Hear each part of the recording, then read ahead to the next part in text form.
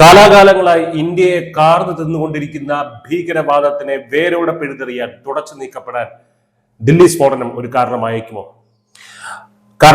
എന്നുള്ള വാർത്തകളാണ് ഇപ്പോൾ വരുന്നത്. കാരണം അതിനുള്ള മുന്നൊരുക്കങ്ങൾ ഇന്ത്യ തുടങ്ങിക്കഴിഞ്ഞു എന്നുള്ള വാർത്തകളാണ് ഇപ്പോൾ വരുന്നത്. ഭീകരവാദികൾ ഏത് പാതാളത്തിൽ പോയി ഒളിച്ചാലും അവരെ പൊക്കിയിരിക്കും, അവരെ തുടച്ചു നീക്കം ചെയ്യപ്പെട്ടിരിക്കും, അവർ ഉന്മൂലനം ചെയ്യപ്പെട്ടിരിക്കുമെന്ന പ്രസ്താവനയുമായി ആഭ്യന്തരമന്ത്രി അമിത്ഷാ ഇപ്പോൾ രംഗത്ത് വന്നിരിക്കുകയാണ്. നമുക്കറിയാം, നരേന്ദ്രമോദി പ്രധാനമന്ത്രി ആയതിനു ശേഷം രാജ്യ തലസ്ഥാനമായ ദില്ലിയിൽ നടക്കുന്ന ആദ്യത്തെ ഒരു സ്ഫോടനമാണ്. അത് അദ്ദേഹത്തിനെ വല്ലാതെ വേദനിപ്പിച്ചിട്ടുണ്ട്. പൊലിയുന്നത് 13 ജീവനോ 26 ജീവനോ 160 ജീവനോ എന്നുള്ളതിലല്ല കാര്യം.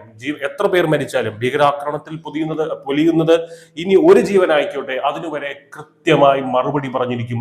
പൊടിയുന്ന ഓരോ ഇന്ത്യക്കാരന്റെയും ചോരയ്ക്ക് മറുപടി പറഞ്ഞിരിക്കുമെന്ന് നരേന്ദ്രമോദി സർക്കാരിന്റെ ദൃഢമായിട്ടുള്ള ഒരു നിലപാടുണ്ട്. നമ്മളത് കഴിഞ്ഞ കുറച്ച് വർഷങ്ങളായി കണ്ടുവരുന്നതുമാണ്. ഓപ്പറേഷൻ സിന്ദൂറിന് ശേഷം നരേന്ദ്രമോദി സർക്കാരിന്റെ നിലപാട് എന്ന് പറയുന്നത്, ഇനി നമ്മുടെ രാജ്യത്ത് ഒരു ഭീകരാക്രമണം ഉണ്ടായാൽ അത് രാജ്യത്തിനെതിരെയുള്ള യുദ്ധമായി കണക്കാക്കും. അത് ആസൂത്രണം ചെയ്യുന്ന ശക്തികൾ ആരായാലും തന്നെ അവർക്കെതിരെ യുദ്ധം പ്രഖ്യാപിക്കും എന്നുള്ള നിലപാടുമായിട്ടാണ് അന്ന് കേന്ദ്ര സർക്കാർ പിന്തുടർന്ന ഒരു നിലപാട്.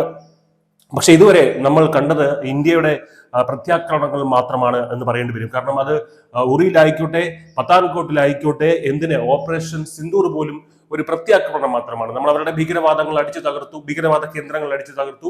അപ്പോൾ പാകിസ്ഥാൻ സൈന്യത്തിന് നൊന്തു, അവർ തിരിച്ചടിച്ചു. നമ്മൾ അവരുടെ സൈനിക കേന്ദ്രങ്ങൾ തിരിച്ചടിച്ചു. പക്ഷെ ഇനി തിരിച്ചടികൾ കൊണ്ട് തൃപ്തിപ്പെടാൻ ഇന്ത്യ തയ്യാറാകില്ല.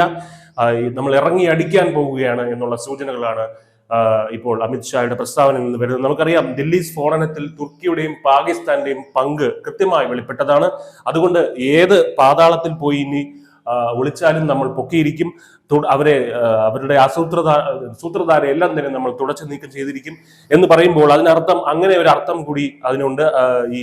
അതിന്റെ പിന്നിലെ ഈ പ്രവർത്തിച്ച ശക്തികൾ, അതായത് ഈ പാകിസ്ഥാൻ ഉൾപ്പെടെയുള്ള, തുർക്കി ഉൾപ്പെടെയുള്ള ശക്തികൾക്കുൾപ്പെടെ തിരിച്ചടി കിട്ടിയിരിക്കും.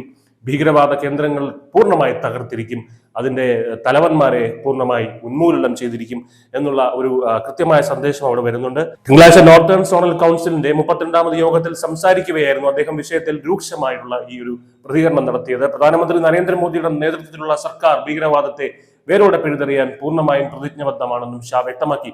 അന്വേഷണ സംഘം ഒരു സ്ഥലവും വിട്ടുപോകാതെ പരിശോധിക്കുമെന്ന് ഷാ ഉറപ്പ് നൽകി. ദില്ലി ചെങ്കോട്ടയിലെ കാർ സ്ഫോടനത്തിലും ജമ്മു കാശ്മീരിലെ നൌഗാം പോലീസ് സ്റ്റേഷനിലും ഉണ്ടായ സ്ഫോടനത്തിലും ജീവൻ നഷ്ടപ്പെട്ടവർക്കും ആദരാഞ്ജലികൾ അർപ്പിച്ചുകൊണ്ട് 2 മിനിറ്റ് മൗനം ആചരിച്ചുമാണ് യോഗം ആരംഭിച്ചത്. News desk, news India Malayalam.